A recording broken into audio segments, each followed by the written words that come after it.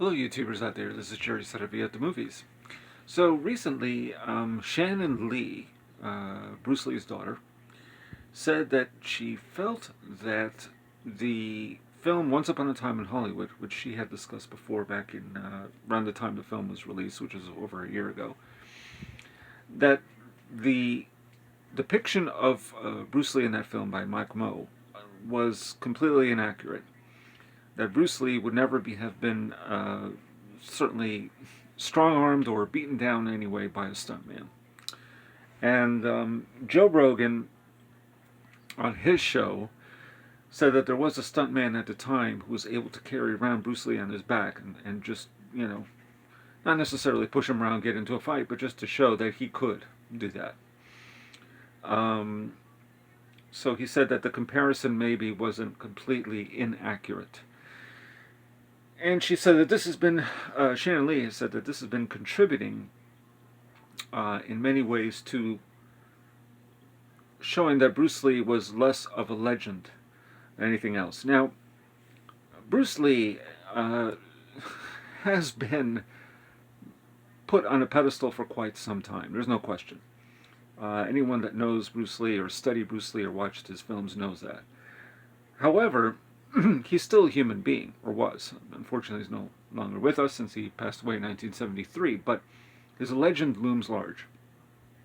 However, I think that the idea that Bruce Lee is being shown as somebody less than legendary, in the sense that, well, he didn't participate in too many real fights and this and that and the other, then he may have been challenged, which I'm sure he had been many times, particularly having his own martial arts school by other martial artists and so on, probably was very much true.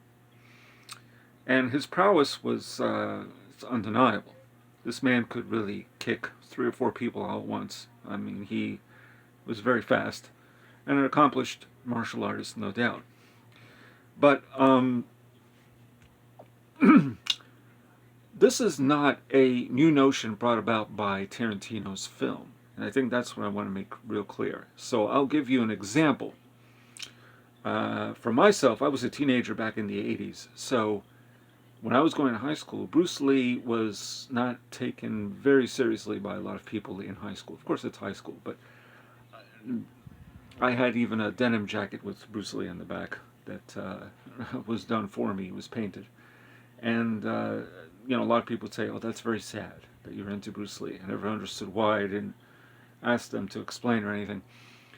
But that's neither here or there, because even at the time I used to collect, I don't really read them anymore, Inside Kung Fu magazine.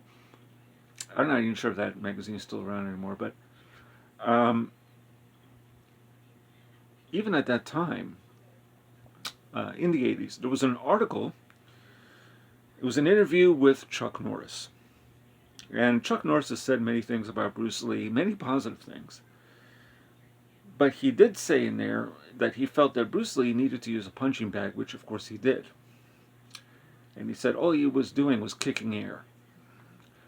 So the idea behind Bruce Lee being less than the great martial artist he was, because he did it mostly on film, is completely wrong.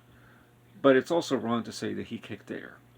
And that's something that Chuck Norris had said on many occasions back then. So, once again, the very notion that Bruce Lee nowadays is being seen less than the martial artist that he was is nothing new. It's not Tarantino's fault. Tarantino was basing it on something Linda Lee wrote in her autobiography.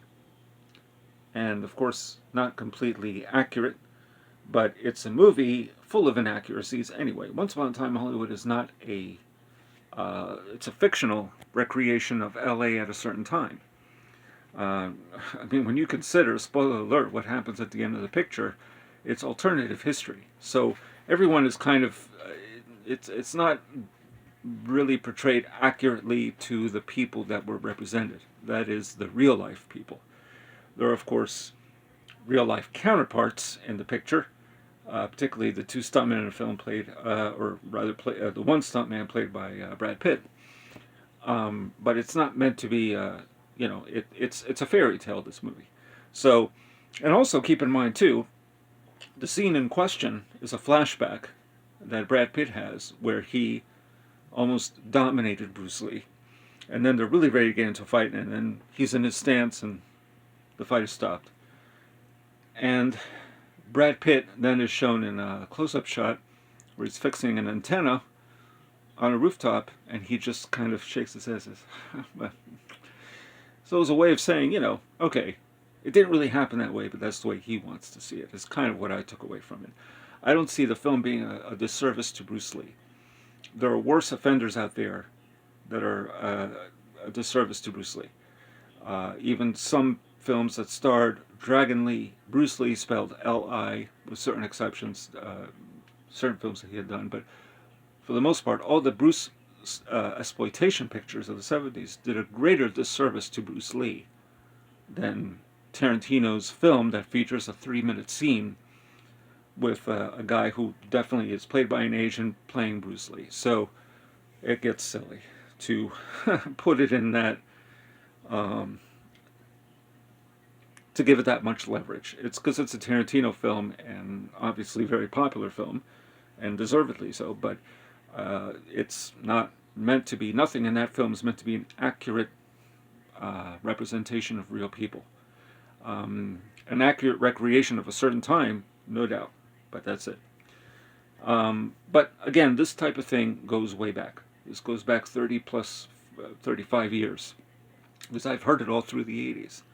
There were people that always felt Bruce Lee shouldn't, certain people, not everyone, but the dissenters always felt Bruce Lee was not quite at the top of the martial artists, that there were other people. There was Jackie Chan, who became quite popular, but really came through in Hollywood, not until the 90s with Rumble in the Bronx.